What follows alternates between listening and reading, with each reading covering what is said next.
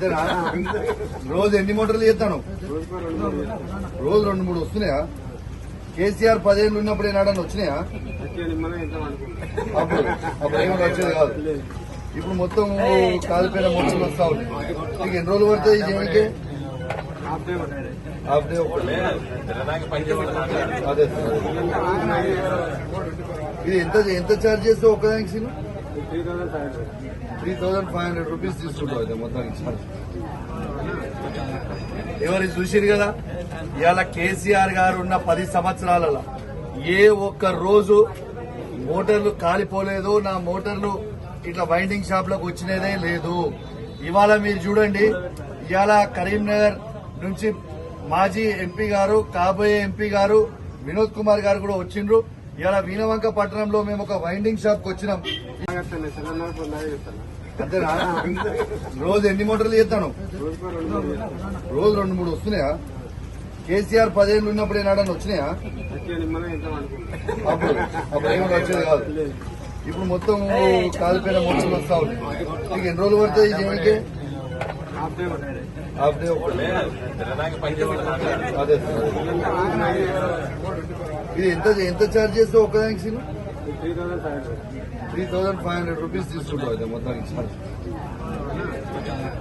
ఎవరు చూసిరు కదా, ఇవాళ కేసీఆర్ గారు ఉన్న 10 సంవత్సరాలలో ఏ ఒక్క రోజు మోటార్లు కాలిపోలేదు, నా మోటార్లు ఇట్లా వైండింగ్ షాప్ లోకి వచ్చినదే లేదు. ఇవాళ మీరు చూడండి, ఇవాళ కరీంనగర్ నుంచి మాజీ ఎంపీ గారు, కాబోయే ఎంపీ గారు వినోద్ కుమార్ గారు కూడా వచ్చిండ్రు. ఇవాళ వీణవంక పట్టణంలో మేము ఒక వైండింగ్ షాప్ కి వచ్చినాం. ఈ వైండింగ్ షాప్ కి వస్తే ఇవాళ రోజుకి 3-4 మోటార్లు మేము రిపేర్ చేయాల్సి వస్తుంది సార్. తెల్లారిదాకా పనిచేయాల్సి వస్తుంది. ఇలా 3,500 రూపాయలు ఒక్కొక్క మోటార్కి అవుతుందని, ఇవాళ ఖర్చు అవుతుందని మా శ్రీనివాస్ గారు చెప్తా ఉన్నారు.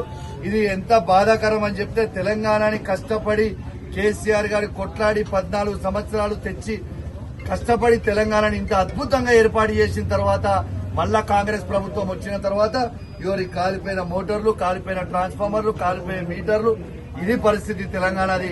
కాబట్టి యావత్ రైతాంగం మొత్తం కూడా, కరీంనగర్ లోనే కాదు యావత్ తెలంగాణ మొత్తం కూడా ఖచ్చితంగా మీరు ఆలోచన చేయాలి.